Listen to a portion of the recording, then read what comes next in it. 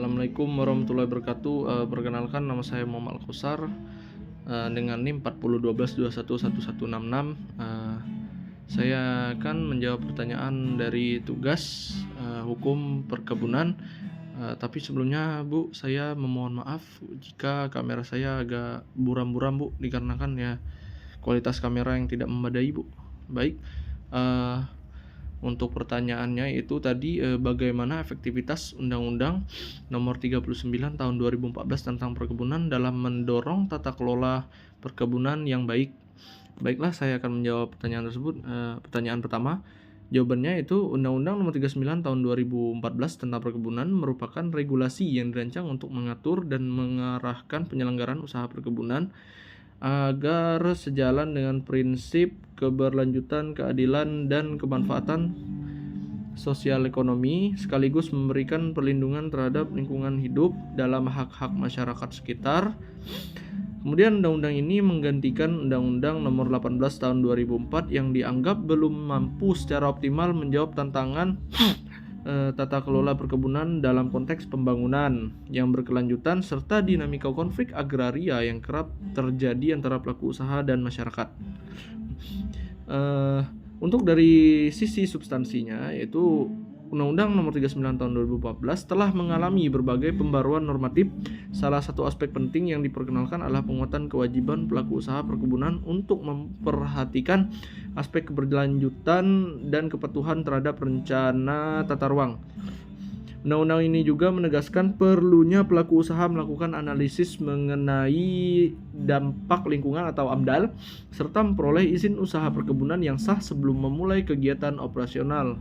Ketentuan tersebut memperlihatkan adanya keinginan untuk memperbaiki tata kelola dengan mengintegritaskan aspek lingkungan dan legalitas perizinan sebagai bagian dari sistem keadilan terhadap aktivitas korporasi. Namun jika membahas dalam praktiknya, yaitu dalam praktik implementasi, efektivitas undang-undang ini masih menghadapi sejumlah tantangan struktural dan kultural, yang dimana salah satu persoalan utama terletak pada lemahnya kapasitas pengawasan dari lembaga pemerintah daerah maupun pusat terhadap pelaku usaha yang tidak mematuhi ketentuan legal administratif. Contohnya saja itu masih ditemukan perusahaan perkebunan yang beroperasi tanpa izin lengkap dengan luasan lahan yang melebihi yang diizinkan, atau bahkan perusahaan yang tidak menyusun dan menerapkan AMDAL secara memadai. Hal ini menunjukkan bahwa keberadaan norma dalam undang-undang ini belum sepenuhnya mampu mengikat perilaku para pelaku usaha apabila tidak diiringi dengan sistem pengawasan yang ketat dan konsisten. Di samping itu juga masih terdapat kekosongan atau tumpang tindih kebijakan di tingkat pelaksanaan teknis. Seperti perbedaan penafsiran antara pemerintah pusat dan daerah mengenai kewenangan pemberian dan pencabutan izin usaha perkebunan, serta koordinasi lintas sektor yang belum optimal.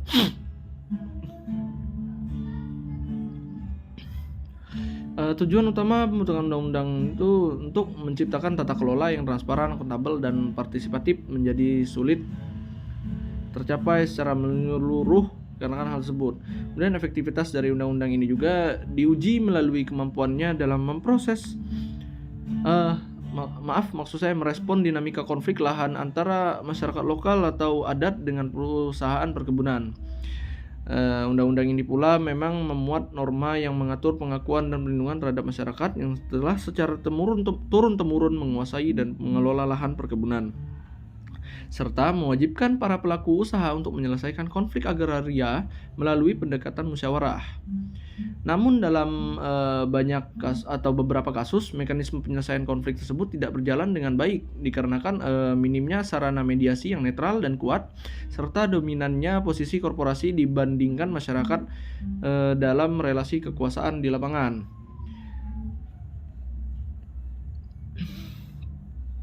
Baik, kemudian itu untuk saya akan menjawab soal dan nomor 2, yaitu dampak dan atau kemanfaatan dari Undang-Undang Nomor 39 Tahun 2014 tentang perkebunan. Jawabannya sendiri yaitu Undang-Undang Nomor 39 Tahun 2014 tentang perkebunan ini membawa sejumlah dampak dan kemanfaatan, baik secara langsung maupun tidak langsung, terhadap berbagai aspek dalam penyelenggaraan kegiatan perkebunan di Indonesia. Salah satu kemanfaatan utama yang dapat diidentifikasi adalah Tersedianya landasan hukum yang lebih komprehensif dan progresif dalam pengelolaan usaha perkebunan, terutama dalam kaitannya dengan prinsip pembangunan berkelanjutan, pengendalian dampak lingkungan, dan perlindungan terhadap hak masyarakat. Kemanfaatan undang-undang ini terlihat dari adanya kejelasan norma mengenai kewajiban pelaku usaha untuk mengantongi izin perkebunan sebelum memulai kegiatan operasional. Dengan adanya penjelasan tersebut berfungsi sebagai instrumen pengendalian terhadap ekspansi perkebunan yang tidak terkontrol yang selama ini sering kali menjadi penyebab deforestasi dan kerusakan lingkungan. Dengan adanya ketentuan tentang izin usaha yang ketat dan bersyarat, pelaku usaha diharapkan lebih berhati-hati dan bertanggung jawab dalam merancang aktivitas bisnisnya. Selain itu juga dampak positif lainnya adalah meningkatnya kesadaran terhadap pentingnya keterlibatan masyarakat lokal dalam proses pengambilan keputusan yang berkaitan dengan pemanfaatan ruang dan sumber daya alam. Undang-undang ini mewajibkan pelaku usaha untuk memperhatikan aspirasi masyarakat serta melibatkan mereka dalam proses penyusunan AMDAL.